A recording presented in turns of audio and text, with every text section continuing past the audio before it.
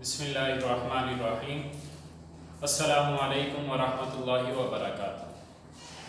میرا نام محمد حمزہ ہے اور آپ تمام حضرات، تمام طلباء و طالبات خیریت سے ہوں گے اور رمضان شریف کے قیمتی اوقات اللہ تبارک و تعالیٰ کی عبادت اور اپنی تعلیم میں خرچ کر رہے ہوں گے۔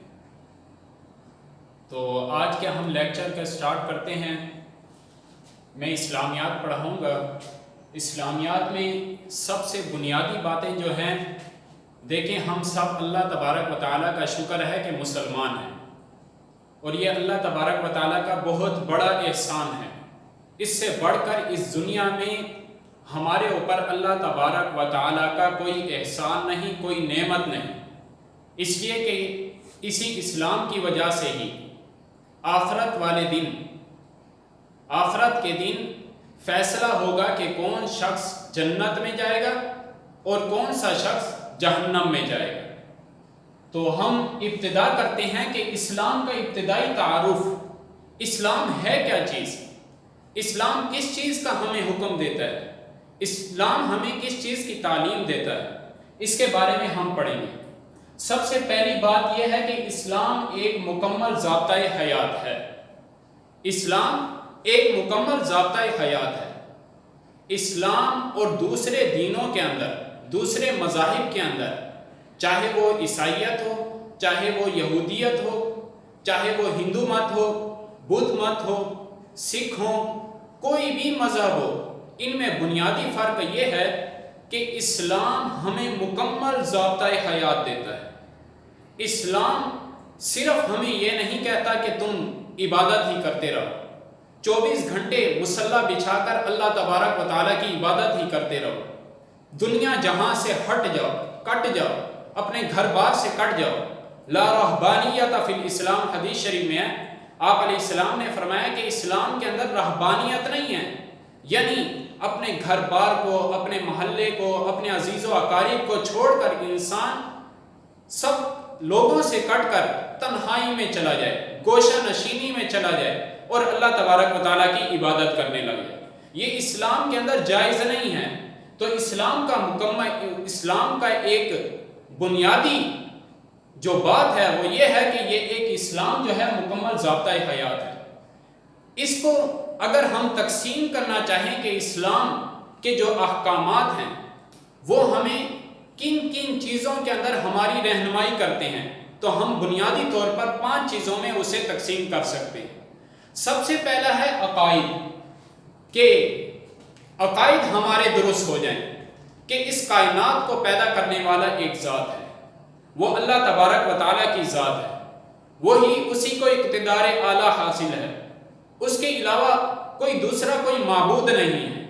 اور اس کے ساتھ ساتھ یہ عقیدہ کہ ہم اس دنیا میں جو آئے ہیں وہ عارضی طور پر آئے ہیں، مرنے کے بعد ہم نے دوبارہ زندہ ہونا ہے اور آخرت میں اللہ تبارک و تعالیٰ کے سامنے ہم نے حساب دینا ہے، اور حساب کے بعد پھر جزا و سزا کا معاملہ ہوگا کہ آیا کون سا شخص جنت میں جائے گا اور کون سا شخص جہنم میں جائے گا۔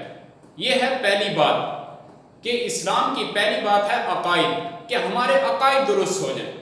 اور اس کے بعد دوسری بات جو ہے وہ ہے کہ اسلام ہمیں عبادات کی بھی تعلیم دیتا ہے۔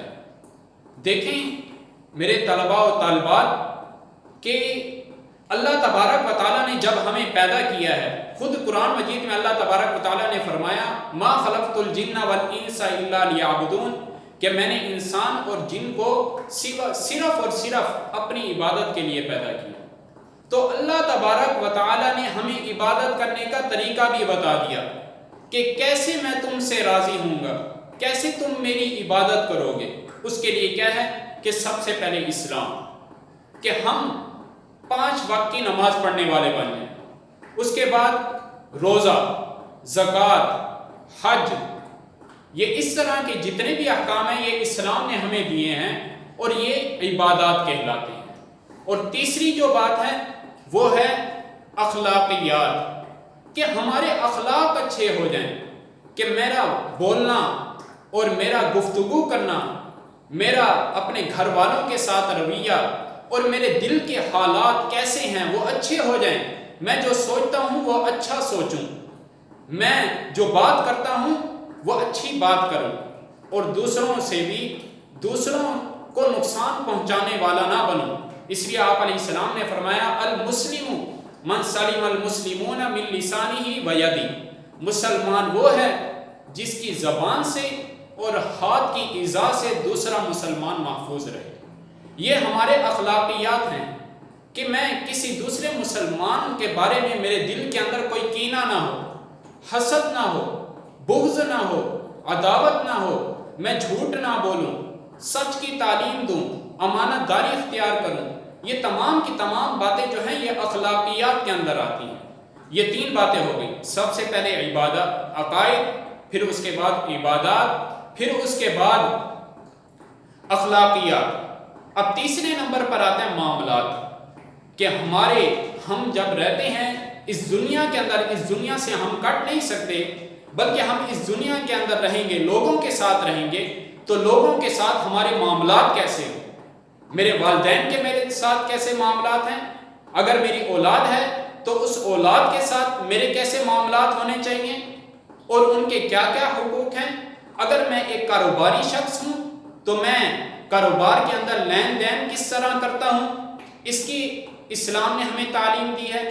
اور اگر میں ملک کو چلا رہا ہوں، ملک کا حکمران ہوں، تو پھر اس ملک کے اندر حکومت کیسے چلانی ہے، کیسے اللہ تبارک و تعالیٰ کے قانون کو نافذ کرنا ہے ملک کے اندر، اور کیسے ملک کے اندر امن و امان کو، سلامتی کا پیغام اس ملک کے اندر پھیلانا ہے، عوام کے اندر پھیلانا ہے۔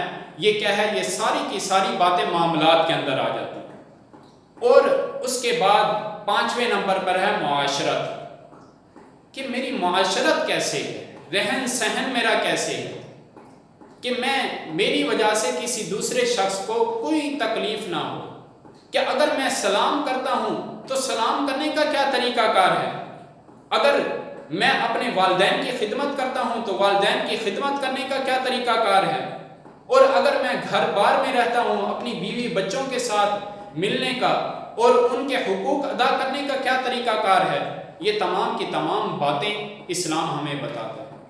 تو بنیادی بات یہ ہوئی کہ اسلام ایک مکمل ضابطۂ حیات ہے، اور ضابطۂ حیات کے اندر میں نے آپ کو بتایا کہ اسلام کی 5 طور پر ہم تقسیم کر سکتے ہیں۔ سب سے پہلے عقائد، پھر اس کے بعد عبادات، پھر اس کے بعد اخلاقیات، پھر اس کے بعد معاملات، اور 5ویں نمبر پر جو ہے وہ ہے ہماری معاشرت۔ اور آپ نے یہ جملہ سنا ہوگا کہ اکثر عام طور پر کہا جاتا ہے کہ اسلام ہمیں تعلیم دیتا ہے ماں کے پیٹ سے نکلنے کے بعد سے لے کر مرنے تک کی، بلکہ مرنے کے بعد تک کی بھی تعلیم دیتا ہے کہ مرنے کے بعد ہمیں ہمارے ساتھ کیا معاملہ پیش آنا ہے۔ یہ ہے پہلا نقطہ، اسلام ایک مکمل ضابطۂ حیات ہے۔ اور دوسری بات یہ ہے کہ اسلام کی اصل دعوت کیا ہے، اسلام کس چیز کی دعوت دیتا ہے؟ دیکھیں، اسلام ہم سے یہ مطالبہ نہیں کرتا کہ تم تنہا اکیلے گوشہ نشینی اختیار کرو اور اللہ تعالیٰ کی عبادت کرنے لگو، بلکہ اسلام ہمیں کہتا ہے کہ تم خود بھی نیکی کا کام کرو، برائی سے روکو، اور دوسروں کو بھی نیکی کا حکم کرو اور برائی سے روکنے کا حکم کرو۔ تأمرون بالمعروف وتنہون عن المنکر، یہ قرآن مجید کی آیت ہے کہ اللہ تبارک و تعالیٰ فرماتے ہیں کہ یہ مسلمان تم لوگ بھلائی کے کاموں کا حکم کرتے ہو اور برائی کے کاموں سے روکتے ہو۔ یہ اسلام کی اصل دعوت ہے۔ اور ایک صوفی بزرگ کا بھی قول ہے، فارسی کا قول ہے، اس کی ترجمہ یہ ہے کہ اللہ تبارک و تعالیٰ کے رسول حضرت محمد صلی اللہ علیہ وسلم اللہ تبارک و تعالیٰ سے ملنے کے لیے 7 آسمان سے اوپر عرش پر اللہ تبارک و تعالیٰ سے ملنے کے لیے گئے اور پھر واپس آ گئے۔ اور وہ بزرگ کہتے ہیں کہ اگر میں جاتا تو میں پھر واپس نہ آتا۔ کیوں؟ اس لیے کہ مجھے اتنی معرفت حاصل ہو جاتی، اللہ تبارک و تعالیٰ کا اتنا قرب حاصل ہو جاتا تو میرا دل نہ کرتا کہ میں واپس آ جاؤں۔ لیکن صدقے جائیں اپنے آخری نبی حضرت محمد صلی اللہ علیہ وسلم پر کہ آپ علیہ السلام کو اللہ تبارک و تعالیٰ کا اتنا قرب ملنے کے باوجود اور اتنا اللہ تبارک و تعالیٰ کی محبت حاصل ہونے کے باوجود اور اللہ تبارک و تعالیٰ کے محبوب ہو جانے کے باوجود پھر بھی آپ علیہ السلام دوبارہ واپس آئے۔ کس کے لیے؟ کہ یہ امت، یہ میری امت کسی طرح جہنم سے بچ کر جنت میں جانے والی بن جائے۔ اور اس لیے آپ علیہ السلام نے فرمایا کہ میری مثال ایسی ہے کہ ایک شخص نے آگ جلائی ہے اور پروانے آتے ہیں اس آگ کے اندر جل رہے ہیں، ان پروانوں کو آگ سے محبت ہے، لیکن وہ نادان جانتے نہیں ہیں کہ اسی آگ کی وجہ سے ہماری جان چلی جائے گی، ہمیں نقصان ہوگا۔ تو آپ علیہ السلام نے فرمایا میری مثال ایسی ہے کہ ایک جہنم کی آگ جلی ہوئی ہے اور لوگ، دنیا کے لوگ اس جہنم کی آگ پر مر رہے ہیں، خواہشات نفس پر مر رہے ہیں، بری باتوں پر مر رہے ہیں، اور وہ نہیں جانتے اس کا انجام کہ کیا ہونے والا ہے۔ لیکن میں ان لوگوں کی کوہلیاں پکڑ پکڑ کر، یعنی کمر کے پیچھے سے مضبوطی سے پکڑ پکڑ کر انہیں جہنم سے نکال کر جنت میں لے کے جانے والا بنا۔ یہ آپ علیہ السلام کی صفت ہے اور یہی اسلام کی اصل دعوت ہے۔ اب آگے تیسرا جو بنیادی نقطہ ہے وہ ہے محدود مذہبی نقطۂ نظر اور اسلام کے انقلابی نقطۂ نظر میں فرق۔ اب انسان محدود مذہبی نقطۂ نظر کیا ہے؟ عیسائیت ہے، یہودیت ہے، ہندو مت ہے، یہ جتنے بھی مذہب ہیں یہ اپنی ذات تک ہی محدود ہیں، یہ کسی دوسرے کے بارے میں نہیں سوچتے۔ لیکن اسلام اور دوسرے مذاہب کے اندر بنیادی فرق اور انقلابی فرق جو ہے وہ یہی ہے کہ اسلام کا نظریہ جو ہے وہ انقلابی ہے، کہ کس طرح اس دنیا کے اندر انقلاب پیدا ہو جائے اور کس طرح یہ پوری انسانیت حقیقت میں انسان بن جائے۔ دیکھیں کہ حضرت علی رضی اللہ تعالیٰ عنہ کے بھائی حضرت جعفر طیار رضی اللہ تعالیٰ عنہ چند صحابہ کے ساتھ جب ہجرت کر کے حبشہ میں گئے اور وہاں کفار مکہ نے ابو سفیان کی سرکردی میں حبشہ کے بادشاہ نجاشی کے پاس اپنا وفد بھیجا اور نجاشی بادشاہ سے کہا کہ یہ لوگ گمراہ ہو گئے ہیں، ہمارے دین پر بھی نہیں ہیں اور تمہارے دین پر بھی نہیں ہیں، یا ہمارے شہر میں بھی فتنہ فساد پھیلا کر آ رہے ہیں اور ہم چاہتے ہیں کہ تم انہیں ہمیں واپس کر دو، یہ نہ ہو کہ یہ تمہارے ملک کے اندر بھی فتنہ فساد پھیلا۔ تو اب نجاشی بادشاہ انصاف پسند تھا، اس نے کہا کہ میں ایسے تمہارے حوالے نہیں کروں گا، بلکہ صحابہ کو بلوا لیا۔ اب صحابہ کو جب بلوایا تو صحابہ پریشان ہو گئے، اور لیکن پھر اللہ تبارک و تعالیٰ سے دعا کی اور حضرت جعفر رضی اللہ تعالیٰ عنہ کے بارے میں کہا کہ آپ نجاشی بادشاہ سے بات کیجیے۔ جب حضرت جعفر طیار رضی اللہ تعالیٰ عنہ نے نجاشی سے بات کی، اگر اس کا ہم لب لباب نکالیں، اس کا ہم خلاصہ نکالیں، تو وہ اسی بات پر نکلتا ہے کہ ہم گمراہ لوگ تھے، ہم جانور بن چکے تھے، لیکن آپ علیہ السلام کی ذات آئی، آپ علیہ السلام نے ہمیں درندگی سے، ہمیں جانور پن سے اور برائی سے نکال کر ہمیں انسان بنا دیا، ہمیں حقیقت میں انسان بنا دیا۔ ہم لوگ ڈاکہ ڈالتے تھے، ہم لوگ بدکاریاں کرتے تھے، چوریاں کرتے تھے، قتل و غارت کرتے تھے، لیکن آپ علیہ السلام نے ان تمام باتوں سے روک کر ہمیں اچھائیوں کی طرف لیا، صلہ رحمی کی طرف لیا، قتل و غارت کو حرام قرار دیا، بدکاری کو حرام قرار دیا۔ یہ تمام باتیں کس لیے ہیں؟ کہ ہم درندگی سے نکل کر انسانیت کی طرف آ جائیں، حقیقت میں انسان بن جائے۔ یہ ہے اسلام کا انقلابی نقطۂ نظر۔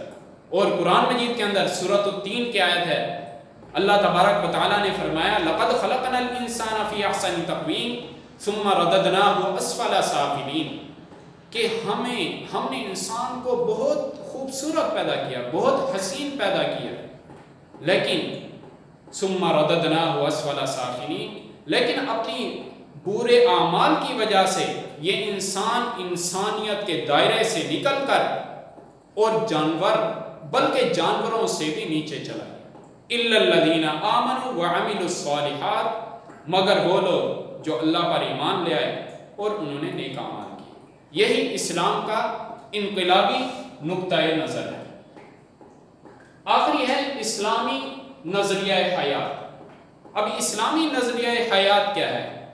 اسلامی نظریہ حیات یہ ہے کہ کس طرح انسان اللہ تبارک و تعالیٰ کے احکامات پر عمل کرنے والا بن جائے، اور اللہ تبارک و تعالیٰ نے جس مقصد کے لیے اسے انسان کو پیدا کیا ہے اسی مقصد کو پہچان لے کہ انسان کا مقصد حیات کیا ہے۔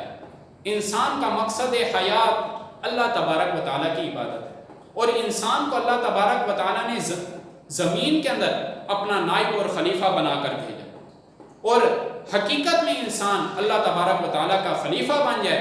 اور خلیفہ بننے کا کیا مطلب ہے کہ آپ علیہ السلام کے جو احکامات ہیں جو اللہ تبارک و تعالیٰ نے دیے تھے ان پر عمل کرنے والا بن جائے، چاہے وہ دل کے احکامات ہوں یعنی ہمارے نظریاتی عقائد ہوں، یا ہمارے عملی معاشرہ ہو کہ ہم نے آپس میں رہن سہن اور عبادت کیسے کریں۔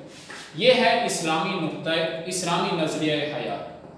پھر اس کے بعد ہے دین اسلام کا مفہوم، کہ دین اسلام یہ دو ورڈ ہیں، دین کا کیا مفہوم ہے اور اسلام کا کیا مفہوم ہے۔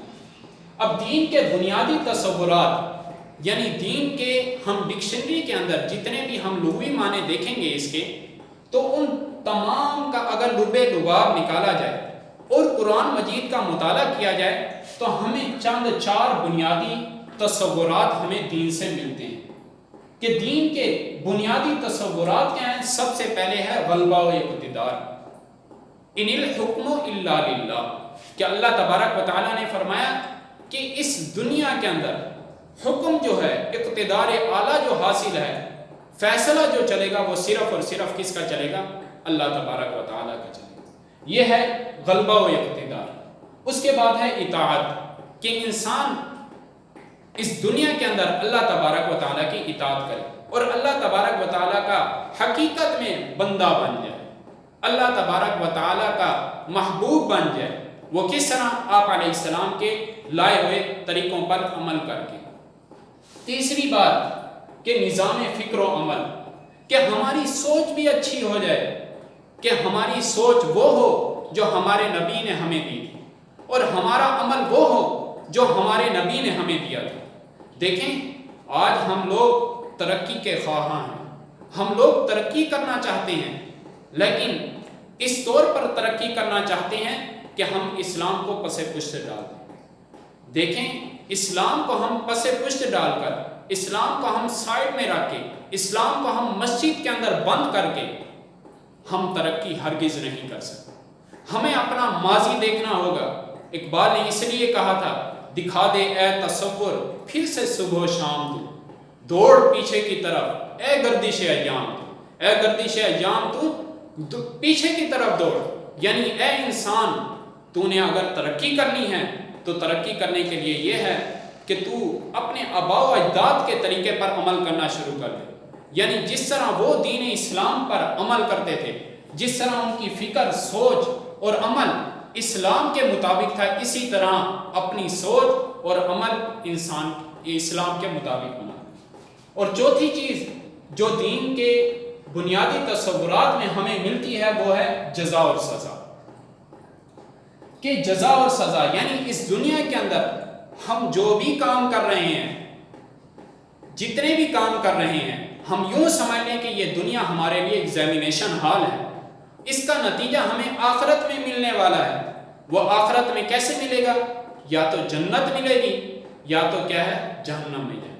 اگر ہم نے اچھے اعمال کیے بشرطے کہ عقائد بھی اچھے ہوں، اس لیے یہ میں نے بات کی ہے کیونکہ بعض کافر بھی اچھے اعمال کرتے ہیں لیکن ان کے عقائد، نظریات اچھے نہیں ہوتے، اسلام کے مطابق نہیں ہوتے، اس لیے وہ لوگ تو جہنم میں جائیں گے۔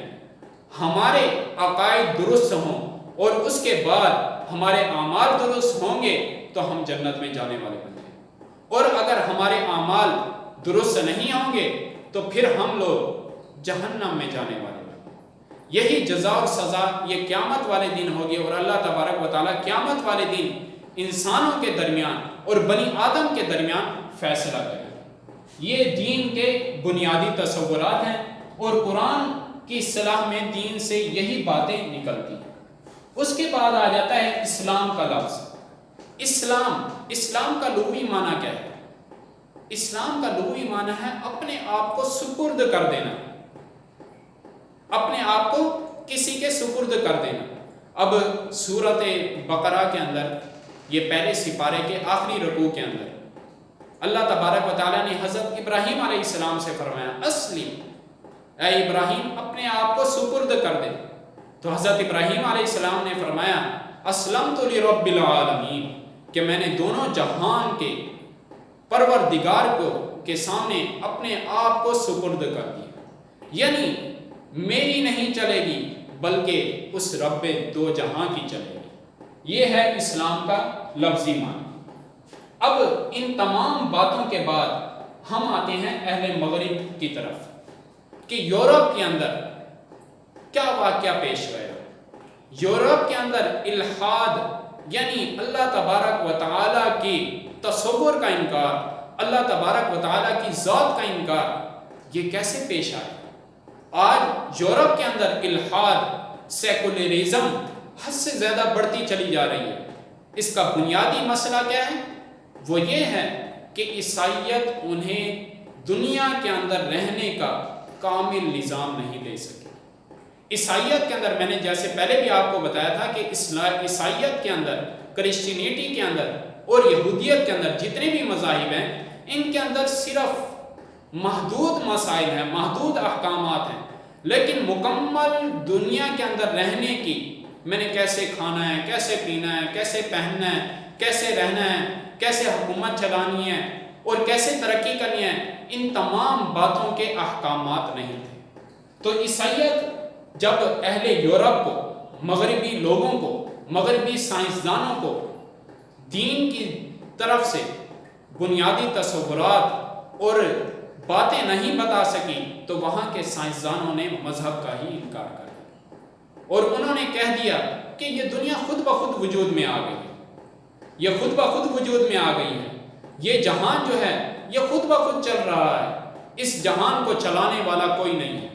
پھر اس کے بعد انہوں نے اپنی طرف سے ہی اس دنیا کے اندر رہنے کے قوانین بنانے شروع کر دیے۔ اور یہ آپ جانتے ہیں کہ جب ایک قانون اللہ تبارک و تعالیٰ بنائے جو سب کچھ جانتا ہے، قیامت تک کے حالات کو جانتا ہے، پوری دنیا کی انسانیت کے مزاج کو جانتا ہے، ایک وہ قانون بنائے اور ایک انسان قانون بنائے، ان دونوں کے اندر کیا فرق ہوگا یہ آپ خوب ہی سمجھتے ہیں۔